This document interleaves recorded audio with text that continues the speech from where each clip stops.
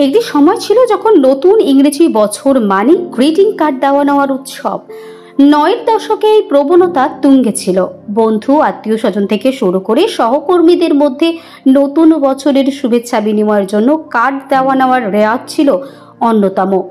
বাজার জুড়ে greeting card কেনার ধুম পড়ে যেত। কিন্তু সময় পরিবর্তনের সঙ্গে সঙ্গে প্রযুক্তির উন্নতি এবং ডিজিটাল মাধ্যমের প্রসার গ্রিটিং কার্ড সংস্কৃতির ওপর গভীরভাবে প্রভাব ফেলেছে। বর্তমানের চাহিদা প্রায় নেই বললেই চলে।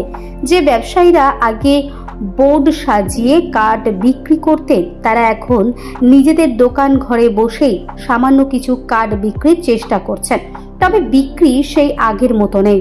গ্রিটিং কার্ডের ব্যবসায়ীরা জানিয়েছেন, এখন শুধুমাত্র শিশুদের জন্যই কিছু কার্ড বিক্রি হলেও তা পরিমাণে নগণ্য। অনেকে আশঙ্কা প্রকাশ করছে এই ঐতিহ্য একদিন কালের গর্ভে হারিয়ে যাবে। স্মার্টফোন, সোশ্যাল মিডিয়া এবং ডিজিটাল শুভেচ্ছার সহজলভ্য যুগে হারিয়ে যাচ্ছে এক সময়ের এই হৃদয়গ্রাহী প্রথা। 10%ও নেই, শুধু বাচ্চাদের কিডসের কার্ড কিছু বিক্রি হয়।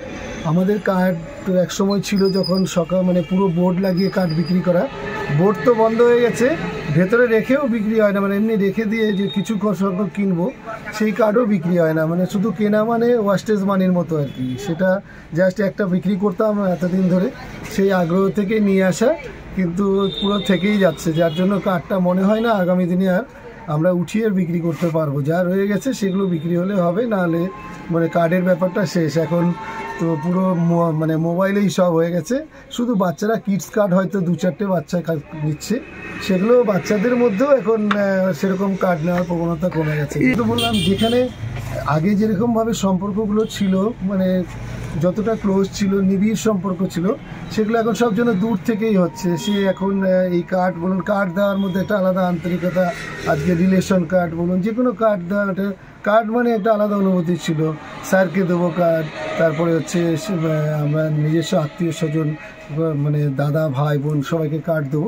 এখন মোবাইলে একটা মেসেজ দিয়েই যেন সম্পর্কগুলো সেখানেই থেকে যাচ্ছে আর কি, যার জন্য কোনো আন্তরিকতা, টাচগুলো নষ্ট হয়ে গেছে। শুধুমাত্র কোনো রকম শুধুমাত্র যন্ত্রের উপরে নির্ভরশীলতা চলে আসছে আমাদের আর কি। আমাদের আন্তরিকতাগুলো একদম নষ্ট হয়ে যাচ্ছে। আপনার নাম? আমার নাম পার্থ দাস।